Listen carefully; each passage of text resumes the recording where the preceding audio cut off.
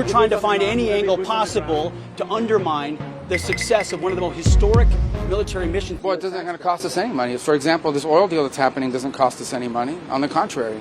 And if it opens up, no money to well, these look, I don't have the numbers. What operation are you talking about? The entire thing? Yeah. Well, these troops are going to be deployed. None of these troops sit in a dry dock waiting for action. They're deployed somewhere in the world. If they're not here, they're somewhere else.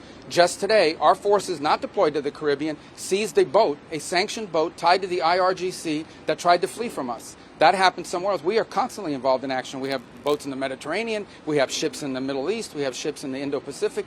These ships, if they weren't in the Caribbean, they'd be somewhere else conducting activity. Yeah. That's what the Navy does. I want to emphasize that question from CNN. The question's never asked how much does it cost when they're in the Mediterranean or the Red Sea or the Indian Ocean or the Pacific.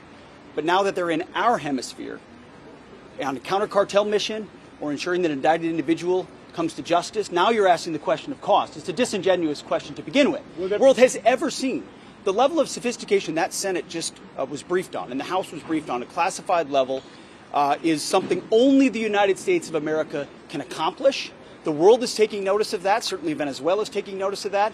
And it continues. I tried to get that question about how much this will cost, because that is another big question. Is this going to have a cost to taxpayers? Marco Rubio said it would not have a cost to taxpayers. He said it's no different than having a military deployment in any other part of the world. And then I tried to ask them, too, about whether there'll be boots on the ground, American boots on the ground in Venezuela. They've sidestepped that question or would not directly answer that point. Of course, Donald Trump said over the weekend that is certainly a possibility of his in mind to have American troops involved in all this.